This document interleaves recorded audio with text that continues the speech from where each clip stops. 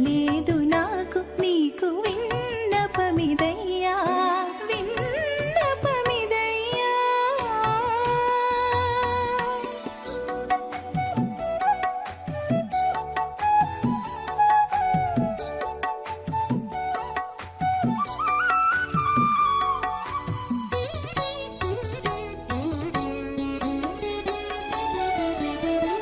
గొల్ల చల్ల పుల్లదా గున్న చింత చల్లనా బుల్లని మా పొందులకు నోపుదువా. గొల్ల చల్ల పుల్లనా గున్న చింత చల్లనా ఒల్లని మా పొందులకు నోపుదువా. చల్ల దుబ్బ దుప్పెడు సాధించితే వలపులు చల్ల దుబ్బ దుప్పెడు సాధించితే వలపులు తెల్లవారి మా గుట్టు తెలుసుకోవయ్యా తెల్లవారి మా గుట్టు తెలుసుకోవయ్యా. సంతలోని జాడవు జాజరలో వాడవు వింతలేదు నాకు నీకు విన్నపమిదయ్యా విన్నపమిదయ్యా.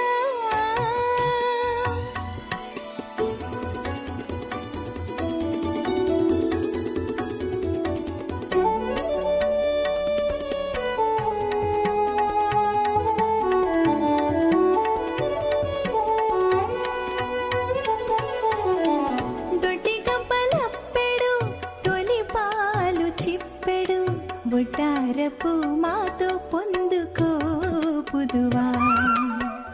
దొడ్డి గంపలప్పెడు తొలి పాలు చిప్పెడు బొడ్డారపు మాతో పొందుకోపుదువా. జిట్టుదేరి దుత్తెడు చిత్తములోని రతులు జిట్టుదేరి దుత్తెడు చిత్తములోని రతులు తెడ్డెడిసి మూవి తీపు తెలుసుకోవయ్యా తెడ్డెడిసి మూవి తీపు తెలుసుకోవయ్యా. సంతలోని జాడవు జాజరలో వాడవు వింతలేదు నాకు నీకు విన్నపమిదయ్యా విన్నపమిదయ్యా.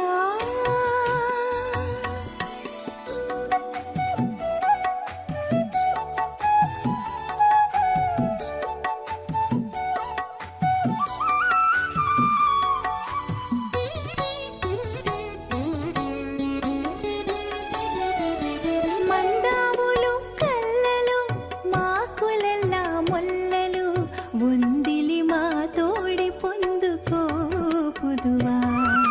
మందావులు కల్లలు మాకులెల్లా మొల్లలు ఉందిలి మా తోడి పొందుకోపుదువా. కందువ శ్రీ వెంకటేశ కలసితివిదే నన్ను కందువ శ్రీ వెంకటేశ కలసితివిదే నన్ను దిందుపడే మానవులు తెలుసుకోవయ్యా దిందుపడే మానవులు తెలుసుకోవయ్యా. సంతలోని జాడవు జాజరలో వాడవు వింతలేదు నాకు నీకు విన్నపమిదయ్యా విన్నపమిదయ్యా. भक्तजनों, अभी आप बहुत सुंदर गीत सुन चुके हैं। इसमें भगवती का भगवान का सुंदर वर्णन है और उनके विवाह का बहुत ही आकर्षक और पवित्रता से युक्त हृदय में भक्ति भावना को उत्पन्न करने वाला रहा है। भक्तजनों, आज माताजी मोती वितान पर विराजमान होकर के भक्तजनों को आनंद प्रदान कर रही है। शोभा यात्रा में जगह जगह पर भक्तजनों के मनों को मोहित कर रही है। और इस प्रकार की यात्रा करते समय एक बात हमें स्पष्ट हो जाती है, पग पग पर भक्तजन माता को आरती देते हैं और दृष्टि दोष निकालने के लिए भी कभी कभी आरती दिए जानी चाहिए।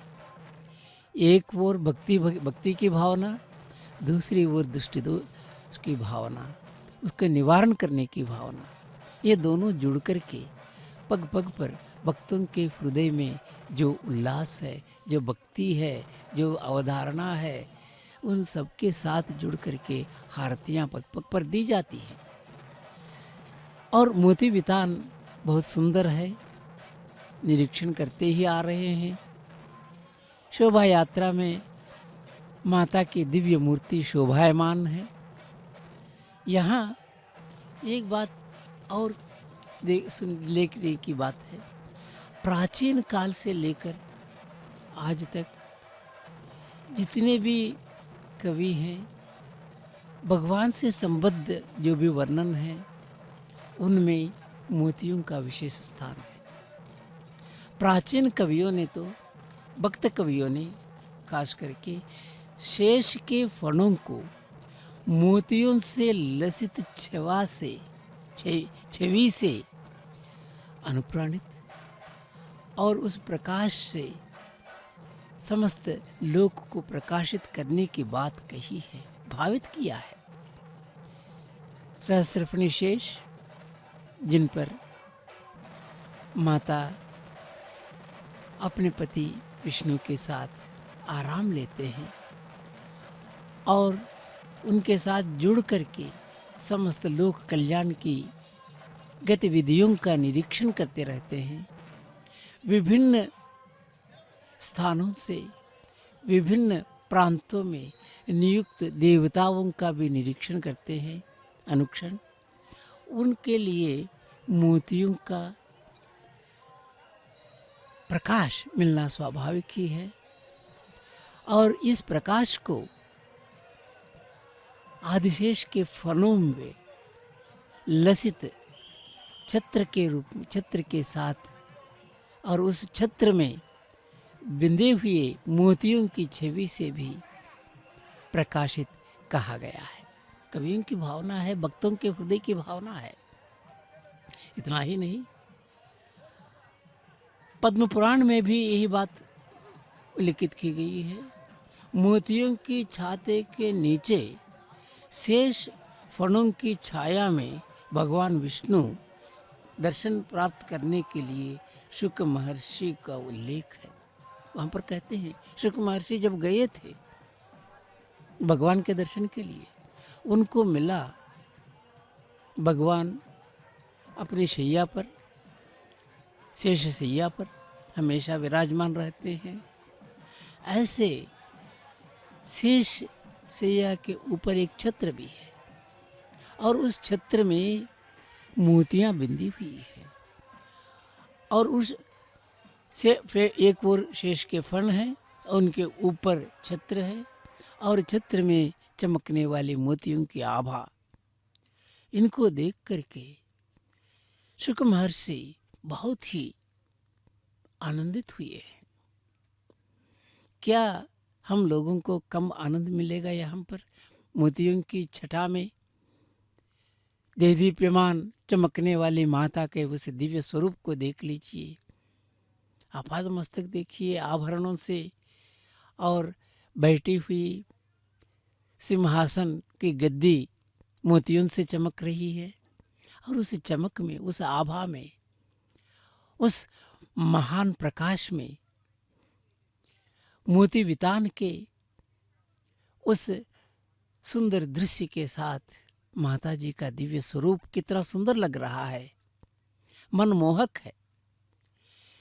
इतना ही नहीं, कवियों ने और एक कदम आगे बढ़ा करके कहा है कि भगवान श्रीनिवास के कंठ में शोभित मोतियों के हार की शोभा बहुत ही सुंदर, पवित्र और महोज्वल है।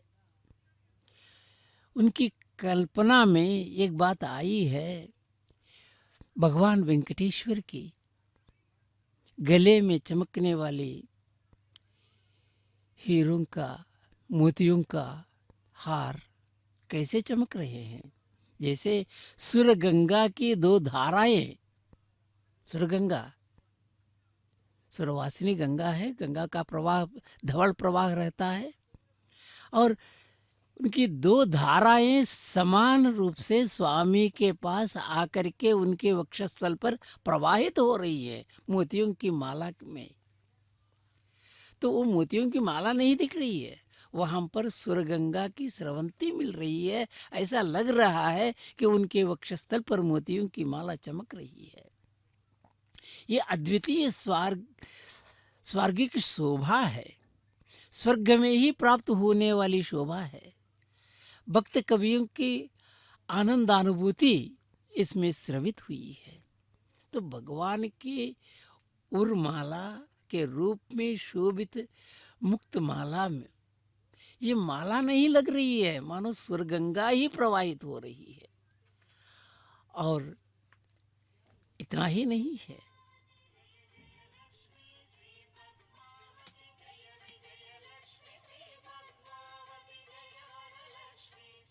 ఆడనే కృష్ణుడాడనే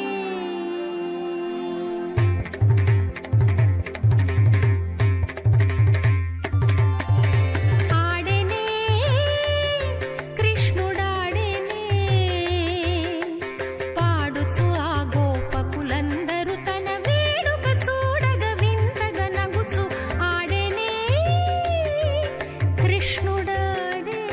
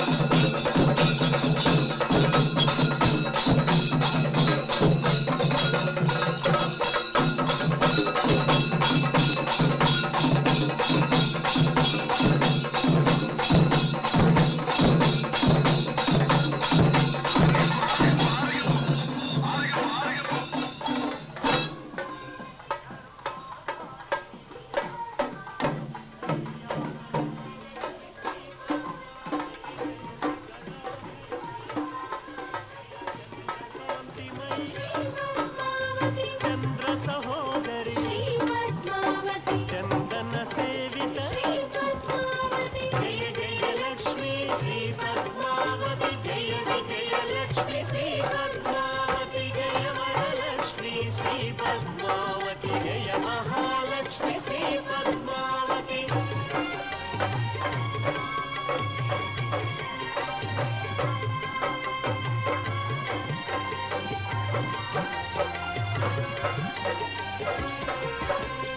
जय वरवर्णिनि श्री पद्मावती जय शुभदायिनि श्री पद्मावती जय कमलासिनि श्री पद्मावती ज्ञान विकासिनि श्री पद्मावती जय जय लक्ष्मी श्री पद्मावती जय विजयलक्ष्मी श्री पद्मावती जय वरलक्ष्मी श्री पद्मावती जय महालक्ष्मी श्री पद्मावती दीनरक्षिणी श्री पद्मावती दुरित निवारिणि श्री पद्मावती देवगणाश्रित श्री पद्मावती देव सुपूजित श्री पद्मावती जय जय लक्ष्मी श्री पद्मावती जय विजयलक्ष्मी श्री पद्मावती जय वरलक्ष्मी श्री पद्मावती जय महालक्ष्मी श्री पद्मावती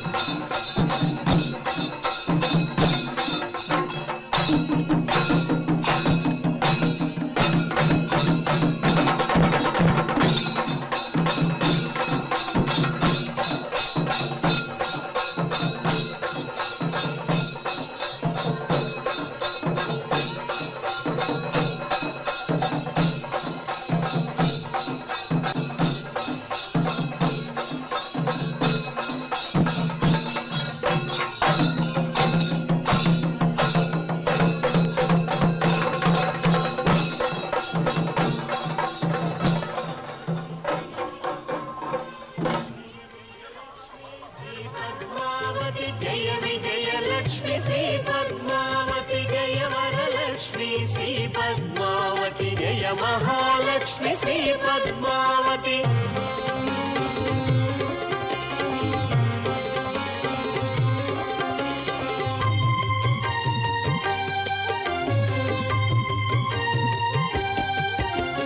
మంజుల భాషిణి శ్రీ పద్మావతి మంగళ రూపిణి శ్రీ పద్మావతి మంత్ర నివాసిని శ్రీ పద్మావతి మోక్ష విధాయిని శ్రీ పద్మావతి జయ జయ లక్ష్మి శ్రీ పద్మావతి జయ విజయలక్ష్మి శ్రీ పద్మావతి జయ వరలక్ష్మి శ్రీ పద్మావతి జయ మహాలక్ష్మి శ్రీ పద్మావతి వరప్రదాయిని శ్రీ పద్మావతి వరవీణాధరి శ్రీ పద్మావతి వాత్సల్య రూపిణి శ్రీ పద్మావతి విమల స్వరూపిణి శ్రీ పద్మావతి జయ జయ లక్ష్మి శ్రీ పద్మావతి జయ విజయలక్ష్మి శ్రీ పద్మావతి జయ వరలక్ష్మి శ్రీ పద్మావతి జయ మహాలక్ష్మి శ్రీ పద్మావతి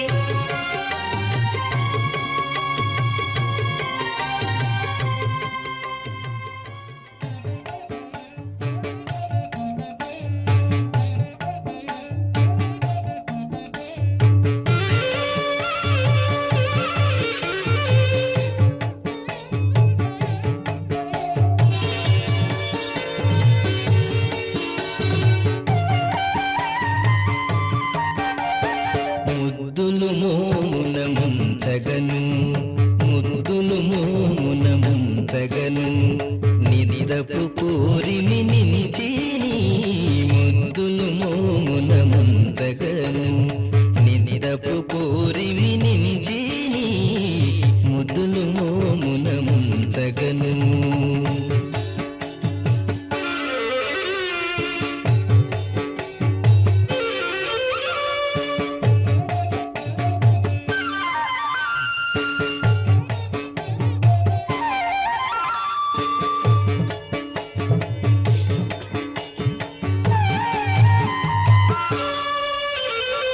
మొల్ల చిరు గంటలు మూవలు గజ్జలు ఘలఘల మనగా కదలగను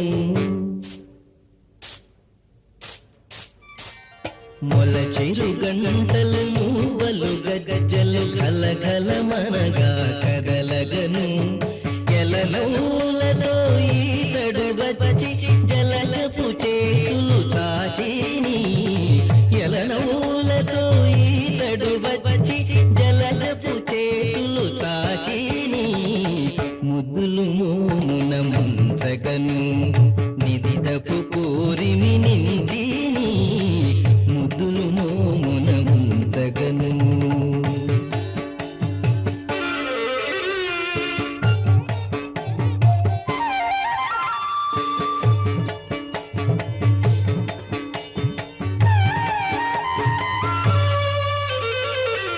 అచ్చపు గుచ్చు ముత్యాలహారములు పచ్చల చంద్రాభరణములు అచ్చపు గుచ్చు ముత్యాలహారములు పచ్చల చంద్రాభరణములు తచ్చిన చేతుల తానే దైవమని తచ్చిన చేతుల తానే దైవమని అచ్చట నిచ్చట నాడీని తచ్చిన చేతుల తానే దైవమని అచ్చట నిచ్చట నాడీని ముద్దులు మోమున ముంచగను నిదిదపు కోరిమి నిలిచేని ముద్దులు మోమున ముంచగను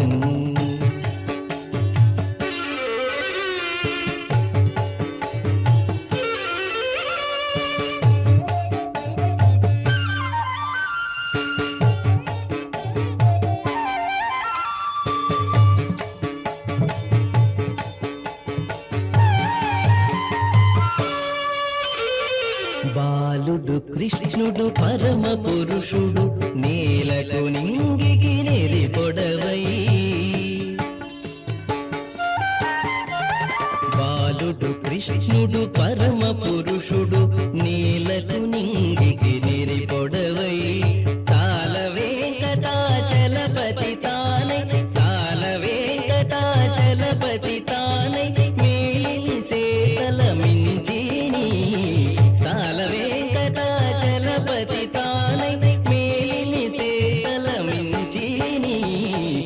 ముద్దులు మోమున ముందగను నినిదపు పూరిమి నిలిచేని ముద్దులు మోమున ముందగను నినిదపు పూరిమి నిలిచేని ముద్దులు మోమున ముందగను. भक्तजनों, देखिए, दूर से सही पास से सही सूरज की किरणों की कांति से मोती किस प्रकार धवल रूप में चमक रहे हैं।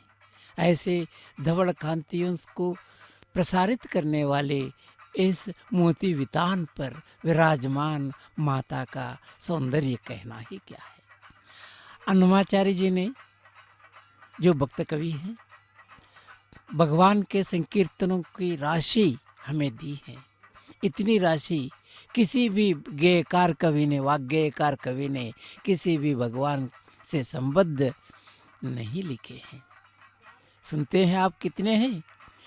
32,000 गीत पद लिख करके, संकीर्तन लिख करके धन्य हुए हैं। और उनमें कुछ लुप्त हो गई हैं, हम क्या करें। लेकिन आज भी लगभग 15,000 पद संकीर्तन मिलते हैं। उनमें देवी के संबंध में भी उन्होंने अनेक पद रचे हैं। एक पद में मोतियों के संदर्भ में माताजी से प्रार्थना करते समय एक बात उन्होंने कही है। उन्होंने कहा, तेलुगु में है, मुच्चट सेलवि नव्वुल मुत्याल दंडलु गट्टी निच्चलान चिन्नपुड़े नेरिचितिवि गदे। इसका मतलब यही है, हे माता, आप मोतियों के कितने प्रिय हैं। आप मोतियों से बहुत प्रेम करती हैं। आपने बचपन में ही मोतियों के हारों को बनाना और लाड में तैयार करके धारण करना और धारण करवाना किसी को, और उस विशेष शोभा में लसित होना बचपन से ही सीखा है। मोतियों का पद्मावती जी का प्रेम इससे व्यक्त होता है। अहे माता, आपने कैसे ये सीखा है? बचपन से ही आपके मन में प्रेम है मोतियों के प्रति। मोतियों के इस पवित्र वितान में आगे बढ़ती हुई माता के संदर्भ में एक बात अन्नमाचार्य जी के शब्दों से ही फिर याद कर सकते हैं। उन्होंने भगवान के संबंध में कहा था, इस भगवान के समान कोई भगवान नहीं है। उन्हीं शब्दों को थोड़ा सा हेर फेर करके भी देखें, सटीक लगती हैं। कहा गया है, इनसे और देवी को पाना मुश्किल है, इनसे और देवी को पा नहीं सकते कहीं, इनसे और देवी को पा नहीं सकते कहीं, कहीं भी ढूंढो यही है विलसी। जहाँ कहीं भी ढूंढिए देखिए ये विलसी हुई हैं। माता का दिव्य दर्शन होता है और खास करके चिरतानूर के पवित्र प्रांत पवित्र प्रति में आते ही माँ का स्थित विलास दिखाई देता है। हे भक्तजनों, इसी को ध्यान में रखिए।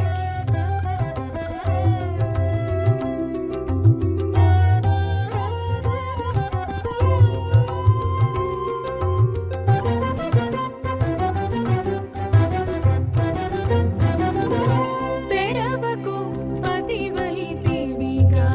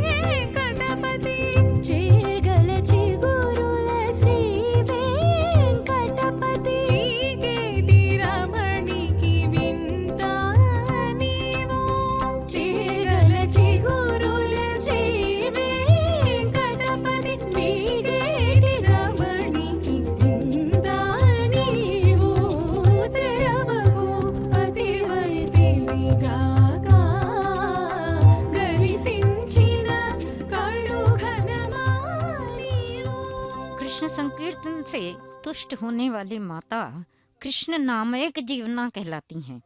कृष्ण ध्यान निर्मग्ना है, श्रीनिवासो रस स्थिता है वे। और जिस प्रकार से तुलसी ने कहा है, तुलसीदास जी ने कहा है कि कहियत भिन्न अभिन्न, दो अलग होते हुए भी वे परमात्मा और माता दोनों एक ही हैं।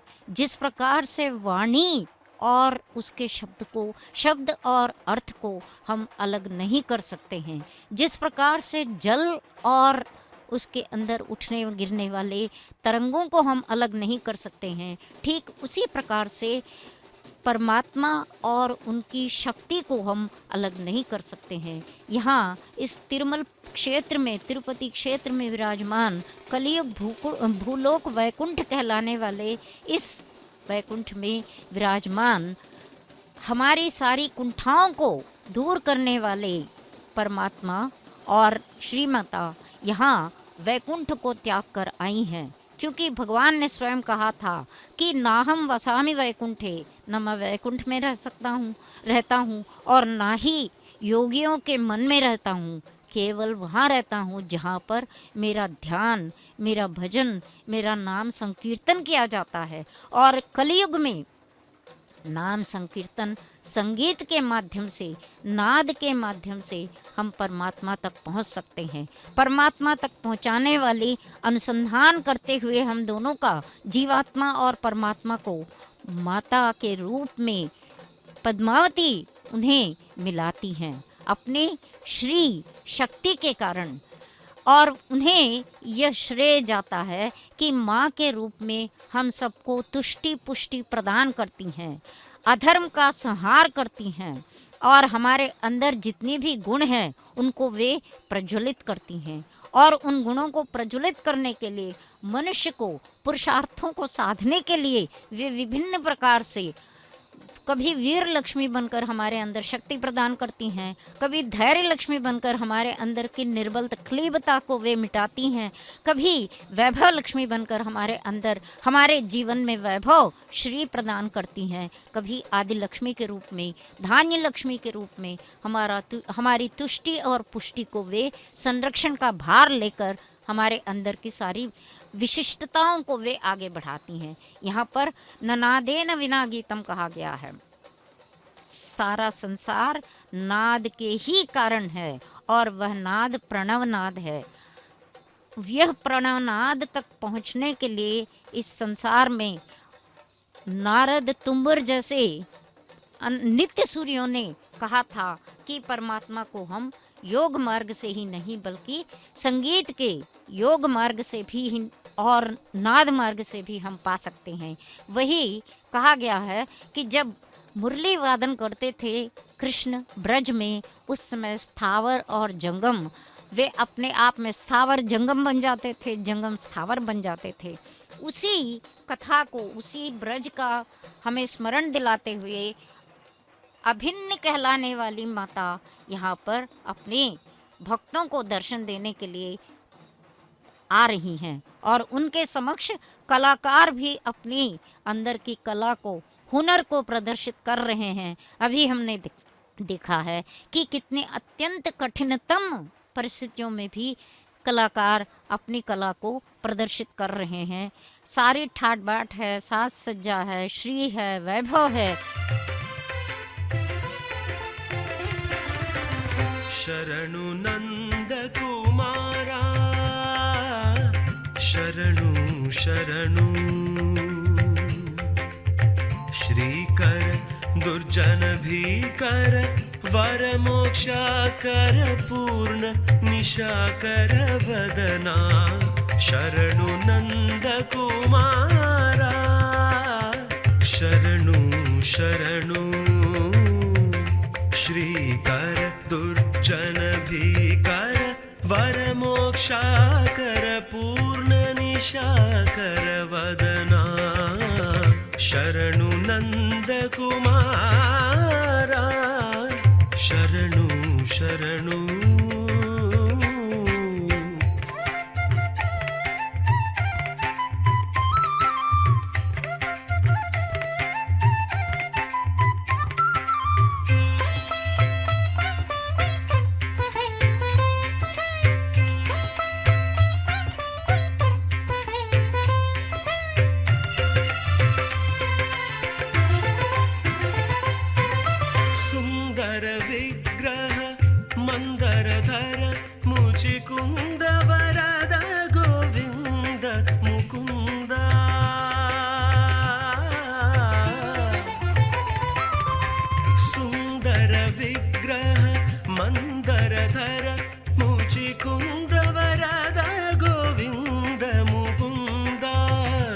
शरणु नन्दकुमारा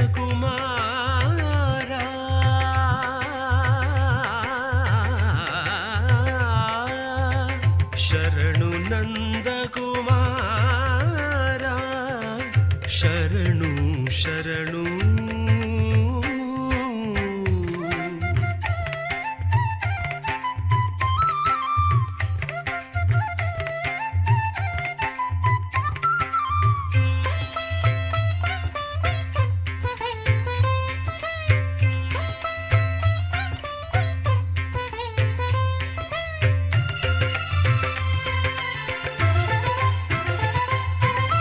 वरतरिगोण्ड निवास परात्पर गुरुतरवे कटगिरि निलया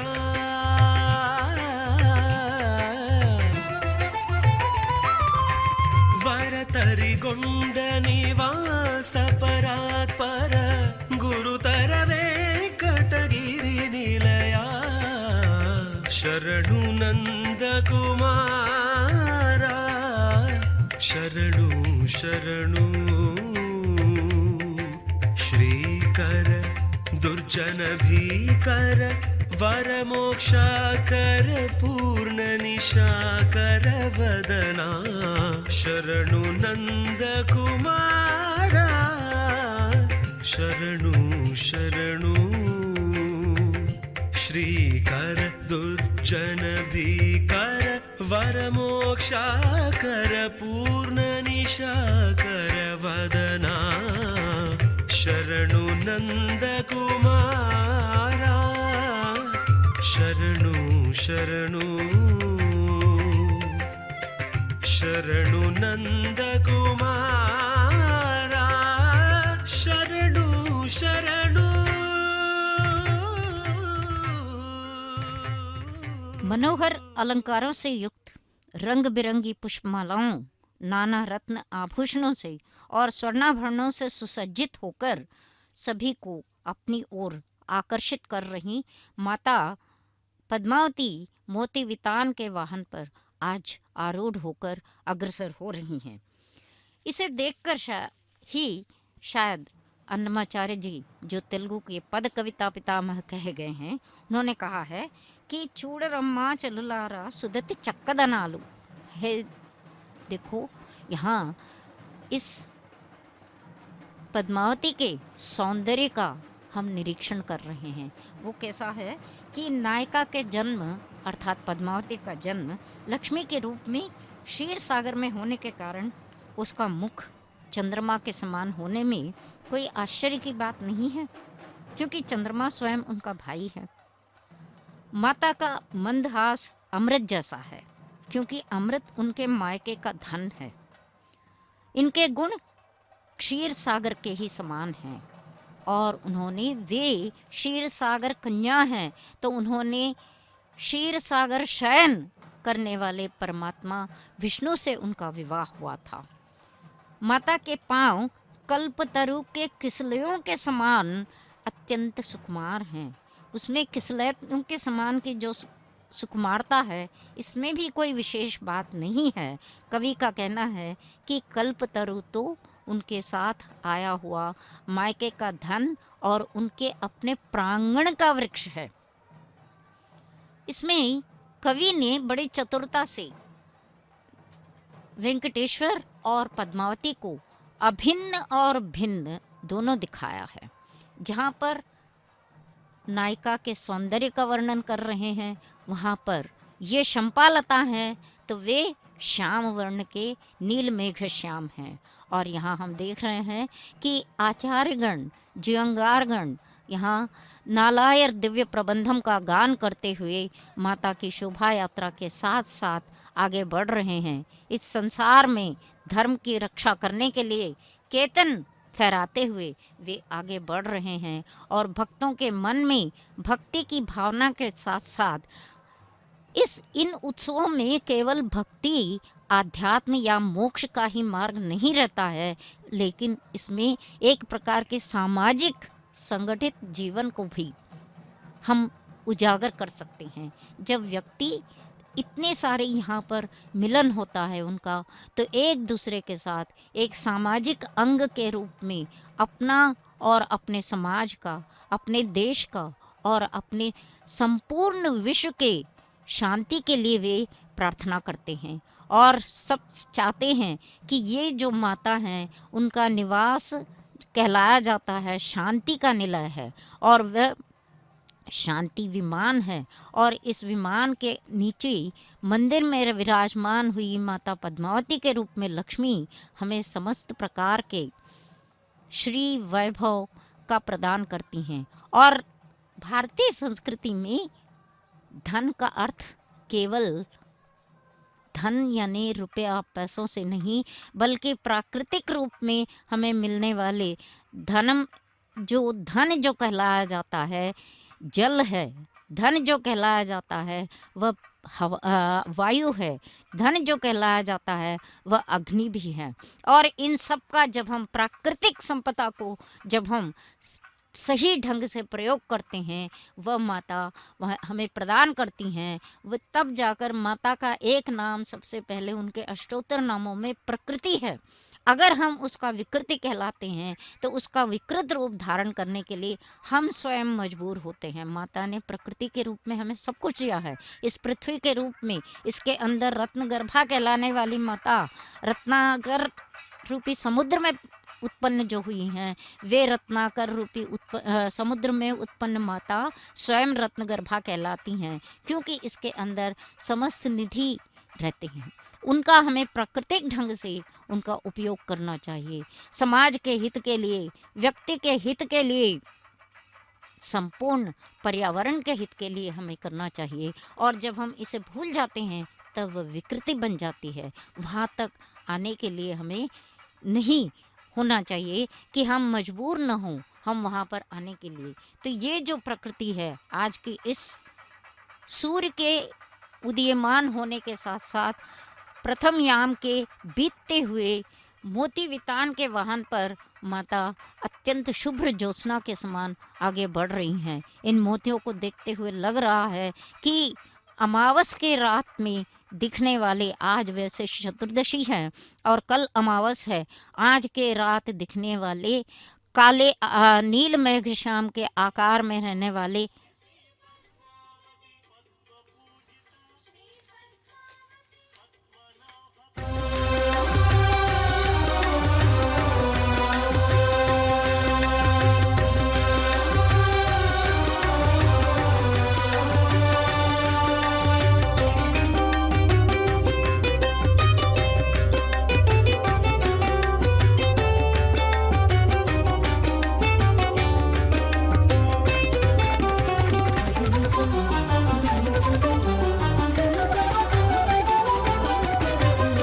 చక్కదనముల చేత జౌవన భారము చేత చక్కదనముల చేత జౌవన భారము చేత ఎక్కడొటగానది కనేమి సేతమే చక్కదనముల చేత జౌవన భారము చేత ఎక్కడొటగానది కనేమి సేతమే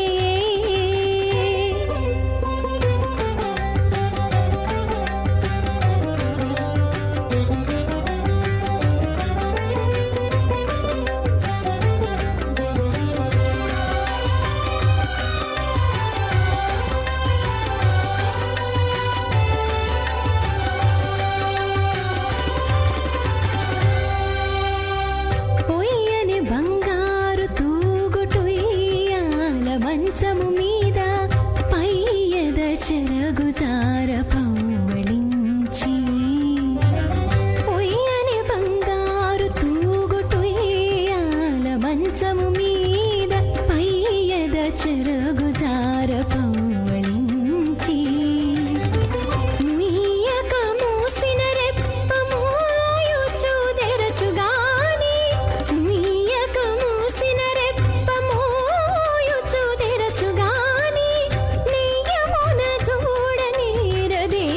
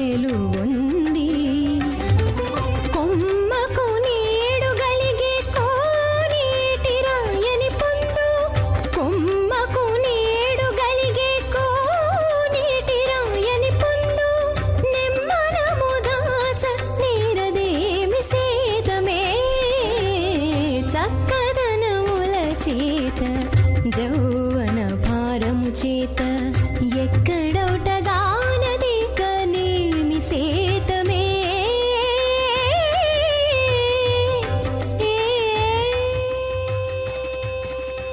माता सर्व अलंकारों से शोभायमान है। उनके भाल पर सूरज के समान प्रकाशमान कुमकुम है। उनके गले में हार हैं, विभिन्न प्रकार के नवरत्नों से जड़े हुए हार हैं। कई लखों से कई लखपति कहलाने वाले भगवान विष्णु की जो प्रिय पत्नी हैं, उनके पास इनका होना कोई आश्चर्य की बात नहीं है।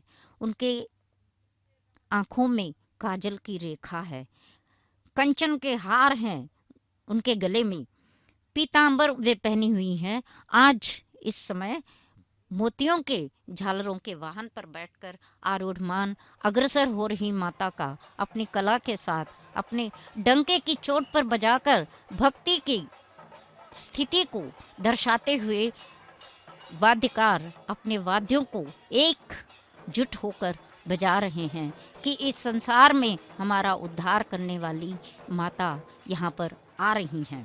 और उनके हाथों में स्वर्ण के वलय हैं, कंगन है, और उनके चरणों में घुंघरू बंधे हुए हैं जो कलकल ध्वनि जो निकालती हैं।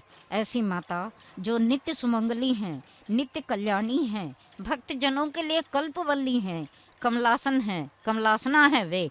ऐसी माता का हम आरती उतार रहे हैं, और जो हमारे अपने भक्तों के लिए माता बनकर एक ओर करुण रस और दूसरी ओर कनक का वर्ष वे बरसाती हैं।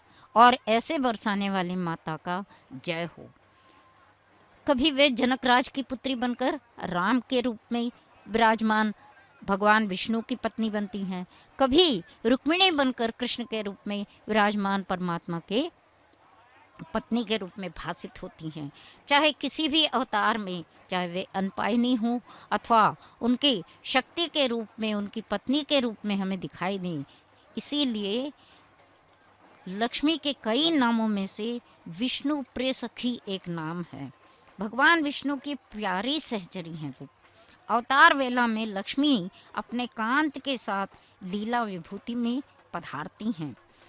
विष्णु मनोनुकूला, भगवान विष्णु के मन के अनुकूल रहने वाली हैं, क्योंकि वे उनके हृदय पर वास करती हैं और अतः उनके हृदय को वे जानती हैं कि उनके हृदय के धड़कन को पहचानती हैं। जब परमात्मा विष्णु के रूप में इस संसार को, चराचर जगत को चलाते हैं, तो उसे चलाने के लिए जितनी भी शक्ति की आवश्यकता होती है, वह लक्ष्मी के रूप में विष्णु प्रिय पत्नी कहलाने वाली, विश्वप्रिया कहलाने वाली, क्योंकि भगवान विष्णु विश्वम विष्णु कहा गया है, उनकी पत्नी होने के नाते वे सब इनका जो है जुटाती हैं, भक्तों को देती हैं, ऐश्वर्य देती हैं, प्रकृति को संतुलित रखती हैं। प्रकृति में जितने भी वृक्ष हैं, औषधि हैं, वनस्पति हैं, उन सब में अपने आप को प्रवेश करवाकर उन्हें खिलने के लिए, कुसुमित होने के लिए, अथवा वनस्पति जो केवल कुसुमित नहीं होते हैं, केवल जिनमें औषधीय गुण होते हैं, उनके आगे बढ़ने के लिए, उनके रहने के लिए सब कुछ श्री लक्ष्मी के साथ ही, उनके ही कारण संभव है। और वे सरसिज निलया हैं, वे स्वयं कमल में रहती हैं और उनके चरण कमल हैं, उनके हाथ के कमल हैं और उनके हाथों में कमल है, उनका मुख कमल है। हर प्रकार से जहाँ भी देखो वहाँ पुष्करणी में उत्पन्न होने के कारण वे हर स्थान पर पद्मों से, हर स्थान पर कमलों से नित्य पूजी जाती हैं। और पीछे हम देख रहे हैं कि जिसे पटाटोप कहा जाता है, अगर वर्षा होती है, अगर तेज धूप होती है, तो माता का संरक्षण करने के लिए और उन्हें उनसे बचाने के लिए यह निकाला जाता है। और ये है माता का मंदिर, जिसे शांति निलय कहा गया है, और जहाँ पर माता के रूप, पद्मावती के रूप में लक्ष्मी विराजमान रहती हैं और इस चराचर जगत को सब कुछ प्रदान करने वाली माता शांति प्रदान करती हैं। वास्तव में मनुष्य के लिए हो या जीव के लिए, संपूर्ण जगत के लिए शांति ही अपने आप में सबसे बड़ा धन है। जब शांति हमें प्राप्त होती है तो आनंद निलय में रहने वाले भगवान वेंकटेश्वर को हम प्राप्त कर सकते हैं। जब तक मन की शांति नहीं है, जब तक समाज में शांति नहीं है, अशांति का वातावरण है, तो वे स्वयं उसे मिटाती हैं और शांति के वातावरण को, पर्यावरण की रक्षा करते हुए वे अग्रसर होने के लिए हमें पाठ देती हैं।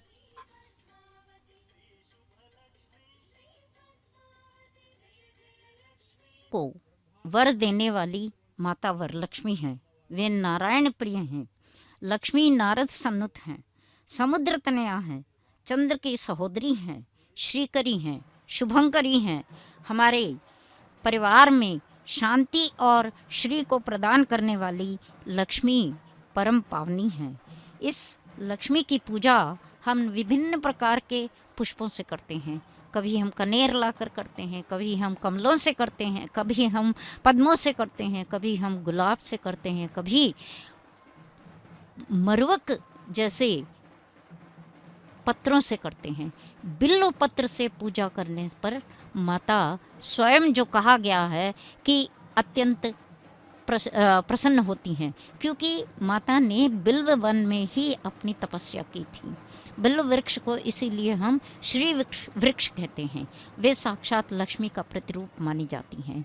नारिकेल को हम श्रीफल कहते हैं। उसे भी हम, क्योंकि वह संपूर्ण फल देने वाला एकमात्र फल है और ऐसी प्राकृतिक संपदा को देने वाली माता और आज हमारे सामने यहाँ पर विराजमान है। अब शोभा यात्रा धीरे धीरे आगे बढ़ रही है और वे भक्तों की संख्या भी धीरे धीरे और अधिक हो रही है। माता मंदिर की ओर प्रस्थान करने के लिए हो रही हैं और जब इसी समय जो माता हैं वे धन लक्ष्मी हैं, श्री लक्ष्मी हैं। हे माते, आपका जय हो।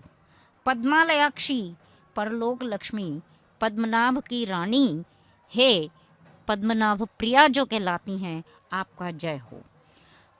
संपदा देने वाली धन लक्ष्मी, आपका जय हो। हमें हमारे ऊपर करुणा बरसाना, कनक वर्ष के साथ साथ हमारे ऊपर आपकी करुणा के वर्षा के लिए हम प्रतीक्षित हैं। जिस प्रकार से चातक पक्षी स्वाति नक्षत्र के बूंद के लिए तरसता है, प्रतीक्षा करता है, उसी प्रकार से भक्त जनों के हृदय रूपी चातक भी आपके दया के स्वाति बूंद को पाने के लिए ललायत हैं और हम प्रतीक्षा कर रहे हैं। हे माते, इस शांति रूपी धन को हमें प्रदान करना। करुणा से हमारा, हमारे परिवार का, हमारे समाज का, इस संपूर्ण विश्व का, देश का, सबकी रक्षा करना। हे श्रीपीठ संचारी कहलाती हैं वे, आदि लक्ष्मी हैं। श्रीहरि का वरण करने वाली माता भोग भाग्य सब कुछ प्रदान करती हैं। हमारे अंदर इन भोग भाग्यों को प्रदान करने के साथ साथ हमारे मन के राग द्वेष को भी आप दूर कर दो।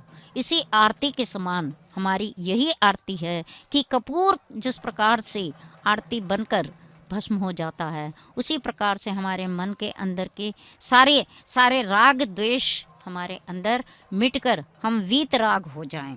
हेम मालिनी है वे, हमारे कामितों को, हमारी इच्छाओं को वे पूर्ण करती हैं। और हे माते, आप तुलसी के रूप में विराजमान हैं। हर आंगन में आपको हम तुलसी के रूप में पूजा करते हैं। हे माते, जहाँ पर आप विराजमान हैं वहाँ पर शांति है, जहाँ पर शांति है वहाँ पर आनंद है, जहाँ आनंद है वहाँ पर परमानंद है। यही ब्रह्मानंद सहोदर कहा गया है। यह रस ऐसा है कि जिसे पाकर मनुष्य अपने हृदय के अंदर एक प्रकार की तन्मयता से, और यहाँ देखिए माता का वैभव कितना सुंदर है कि उनके मुख कमल पर शांति हम देख रहे हैं, उनके गले में हार हम देख रहे हैं, उनका जो दानव को दमन करने वाले रूप को भी हम देख रहे हैं। अपने पति कृष्ण के रूप में जिन्होंने बकासुर का संहार किया था, उसी को आज पुनः हमारे समक्ष वे प्रदर्शित कर रही हैं, बार बार हमें चेतावनी दे रही हैं कि अधर्म के मार्ग पर जाने वाले भले ही सारी प्रजा मेरी संतान है, किंतु हम उन्हें कहीं पर भी छोड़ेंगे नहीं। उनका हम अंत करके ही इस संसार में धर्म की स्थापना करने के लिए हम ललायित रहते हैं। माता के नयन कमलों से करुण रस बरस रहा है। माता की नाक जो है चंपा पुष्प के समान है, उसमें नथनी कितना सौंदर्य है। उनके होंठों पर मंदहास दिख रहा है। उनके कहीं किसी की कुदृष्टि नहीं पड़ जाए, इसीलिए उनके गाल पर एक काला टीका लगाया गया है और यह आरती उतारी जा रही है। भक्तों के मन का यह आर्त भावना है कि हे माते, हम पर दया करना, आप हमेशा हमारे साथ रहना, हमारे अंदर के राग द्वेष को आप मिटा देना। जिस प्रकार से आपने समय समय पर कभी किसी भी रूप में आपने किसी भी असुर का दमन किया था, आप हमारे अंदर के राग द्वेष अरिषड वर्ग जिसे हम कहते हैं, षड रिपु हैं, ये हमारे शत्रु हैं, उनका आप संहार कर इस निर्मल जल के समान हमारे मन के अंदर प्रेम की भावना को आप बनाए रखना। आप यही हमारा एकमात्र उद्देश्य है, यही हमारा ध्येय है। क्योंकि जब मनुष्य, देखिए हमें यहाँ पर ऐसे लग रहा है जैसे कि पुष्करणी में उद्भूत माता पद्मावती आज पुनः हमारे समक्ष प्रकट हो रही है। आज के इस वैज्ञानिक युग में विज्ञान के माध्यम से हम उस पौराणिक और उस धार्मिक भावना को पुनः हम उजागर करते हुए देख रहे हैं। धन्य है कृष्ण का प्रतिरूप बनकर माता जो आई हैं, उनका मोर मुकुट भी वे पहनी हुई हैं, मोतियों के झालर हैं, मोतियों की सज्जा है। मोतियों के समान एक स्वच्छ मन को प्रदान करने के लिए हम प्रार्थना करते हैं। हे माते, आप हरि प्रिया हैं, आप जो हैं हस्तनाद प्रमोदनी है, जिनको अपने हाथियों का घींकार सुनकर उन्हें बहुत अच्छा लगता है। हिरण्य प्राकारा हैं आप, जिनका प्रसाद प्राकार अर्थात परकोटा सुवर्ण का बना हुआ है और वे स्वयं सुवर्णा हैं, जिनका रंग सुंदर है। वे हरिणी कहलाती हैं क्योंकि वे हरि के पास अपने भक्तों को ले जाने में समर्थ हैं और हमारे मन के अंदर के वे नाना प्रकार के भावों को हरण कर हमारे अंदर केवल एक भक्ति भाव, प्रेम के भाव को प्रदर्शित करने के लिए लक्ष्मी के माध्यम से ही संभव है। इसीलिए वे हरिणी हैं और वे हेममालिनी हैं, सुवर्ण निर्मित मालाओं को पहनने वाली हैं। हेम मालाएं हैं उनके गले में।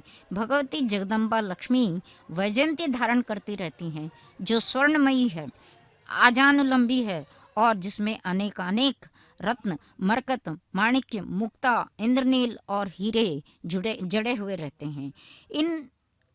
अगर हम एक प्रकार से लक्ष्मी के कई नामों को एक झुंड में रखना चाहते हैं, एक उनका वर्गीकरण करना चाहते हैं, तो कुछ उनके स्वरूप का सूचक हैं और कुछ उनके श्री विग्रह के परख हैं। जैसे कि आदित्य वर्णा है, आर्द्रा है, चंद्रा है, ज्वलंती है और वे धवल तरांकुशा कहलाती हैं। सुगंधमाल्य शोभा हैं, पद्मदलायताक्षी हैं, पद्मपत्रा है, पद्ममालिनी हैं, पद्म संभवा है, पद्मवर्णा है, पद्मानना है, पद्माक्षी है, पद्मिनी है, पद्मे स्थिता है, पद्मोर्या है, पिंगला है, पुष्करणी है और ऐसी विभिन्न प्रकार के सहस्रों नामों से जिनका हम प्रार्थना करते हैं, उनकी कुंभ आरती।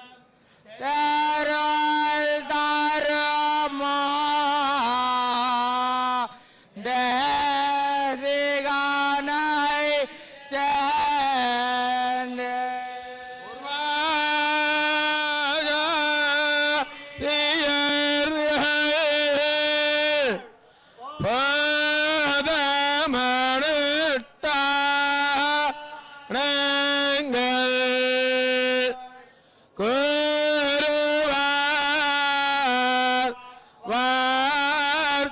வார்த்தைகளை கொண்டு நீர் தேரே தாரமா ஞாலத்தே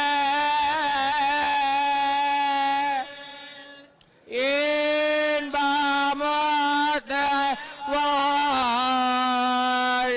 வாழும் பெருள் தருமா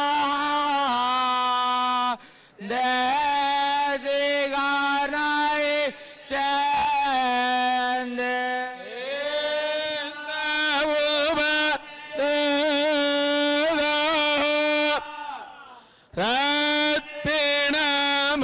ரத்தினமாலை தன்னை சேர்ந்ததன்னே நாளும் சேர்ந்திப்பார்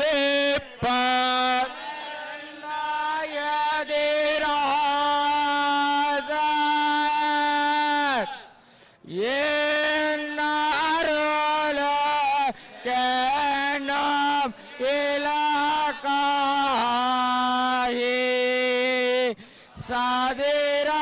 சாதிராக வாழ்ந்திடுவார்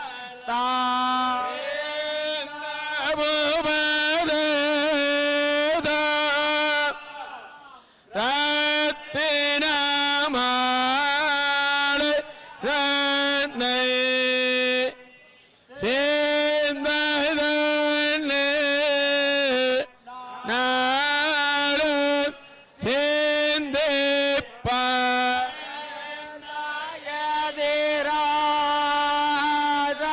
நாயதிராசர் என்னாரோல கேனம் இலக்காயே சாதிராக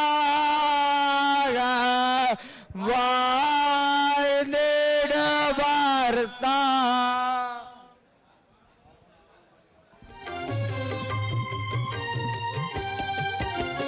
श्रीकरि शुभकरि श्री पद्मावती श्री चक्रवासिनि श्री पद्मावती श्रीनिवास प्रिय श्री पद्मावती श्री शुभलक्ष्मी श्री पद्मावती जय जय लक्ष्मी श्री पद्मावती जय विजय लक्ष्मी श्री पद्मावती जय वरलक्ष्मी श्री पद्मावती जय महालक्ष्मी श्री पद्मावती अमरवन्दिता श्री पद्मावती अमित शुभप्रद श्री पद्मावती आनन्दकारिणि श्री पद्मावती आश्रित वत्सल श्री पद्मावती जय जय लक्ष्मी श्री पद्मावती जय विजय लक्ष्मी श्री पद्मावती जय वरलक्ष्मी श्री पद्मावती जय महालक्ष्मी श्री पद्मावती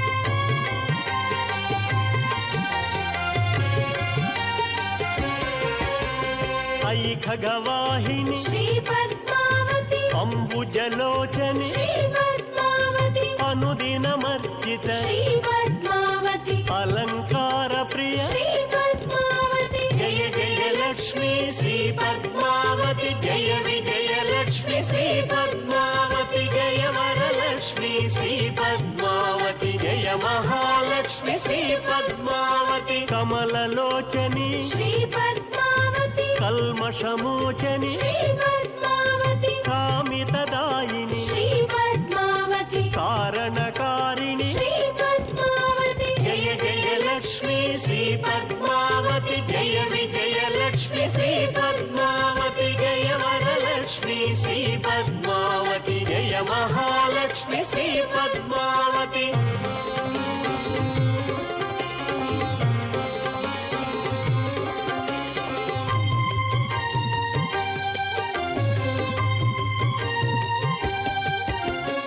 कमलदलाक्षी श्री पद्मावती कलिमलहार हारिणि श्री पद्मावती कुङ्कुम शोभित श्री पद्मावती कोमल रूपिणि श्री पद्मावती जय जय लक्ष्मी श्री पद्मावती जय विजय लक्ष्मी श्री पद्मावती जय वरलक्ष्मी श्री पद्मावती जय महालक्ष्मी श्री पद्मावती चंद्रकलाधरी श्री पद्मावती चंद्रकांतिमयी श्री पद्मावती चंद्र सहोदरी श्री पद्मावती चंदन सेवित श्री